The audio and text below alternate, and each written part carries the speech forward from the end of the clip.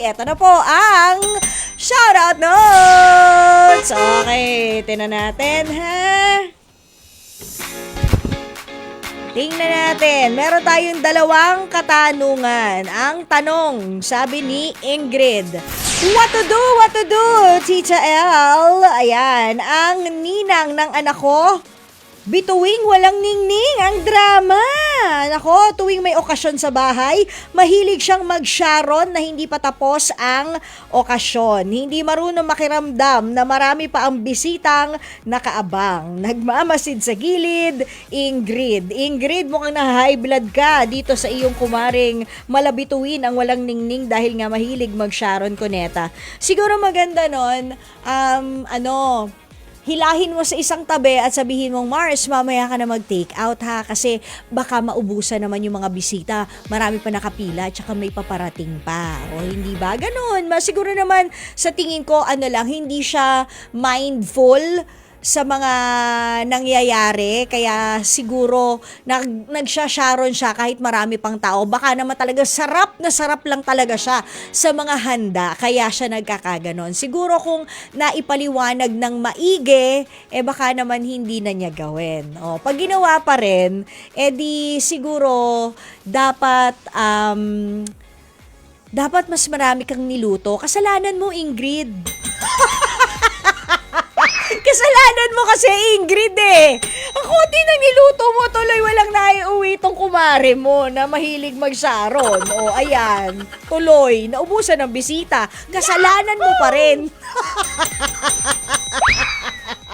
Okay, next. Si Dahlia, sabi niya, Tita L, ang kaibigan ko po, binlock ako sa FB dahil sa selos. Talaga ba? Ayan, hindi ko naman po bet ang jowa niya. At nabasa ko sa mutual friend namin ang pa-blind item niya sa akin. At pinariringgan ako na the other woman. Ganon? Ano yun? Ang nag-block pa siya. Paano ko naman yun mababasa? Oo nga, or maybe alam mo, baka hindi naman talaga niya ipinababasa sa'yo. Dahlia. Yan, sabi niya, block me as long as you want. Baka naman kasi nga, it's not intended for you to read it, Dahlia. Sa puntong yun, sino ang coward? Siya, kasi ayaw niya na malaman mo na binabackbite mo siya. Ayaw niya na malaman mo na she's saying bad things about you behind your back. Di hayaan mo siya. Wala kasing gamot na naiimbento pa para sa selos, sa inggit, 'di ba? Wala pa talagang gamot. Kaya kung ganyan ang ugali ng kaibigan mo, hayaan mo siya. Kung hindi naman talaga totoo, wala naman kasi talaga kayong something ng kanyang jowa, di wala. Hayaan mo siya. Hayaan mo siyang mamatay sa selos. At siguro, kung medyo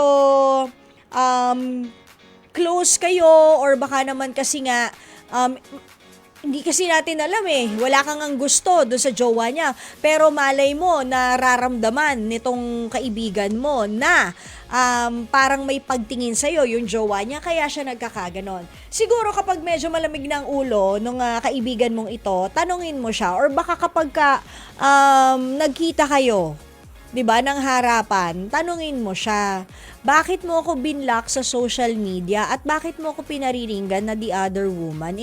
Hindi ko naman bet ang jowa mo, saksak mo sa baga mo. Tapos, sorry na Prangkoy, di ba? Tapos yung alam niyo yung dapat sumalangit nawa ang kanyang kaluluwa, pero dapat Jacqueline Jose yung delivery and acting. Yung parang halos walang expression. Yung tipong, bakit mo ako binlock sa social media? Wala naman akong ginagawa sa'yo. Hindi ko naman inaagaw ang jowa mo. Sa'yo na siya. Isaksak mo sa baga mo. Yun, ganon. Dapat ganon. Para wala lang ding expression. Okay? Nakakalurky naman itong kaibigan mo. Hayaan mo siya mamatay sa selos. Ang hirap kasi ng ganyan. Pero alam mo, pagsabihan mo rin yung boyfriend niya, Kasi baka nai-insecure si ate girl sa ibang mga girls, baka hindi lang naman ikaw, 'di ba? Yung pinariringgan niya na the other woman o pinagseselosa niya, baka naman the boyfriend is not doing a good job in securing yung kanyang girlfriend, kaya nai-insecure. Gets nyo? Baka kasi nga kulang sa pagsasabi na ikaw lang ang mahal ko, hindi kita lolokohin, at sana wag naman talaga. O, di ba? Pagsabihan mo rin si Boylet. Okay?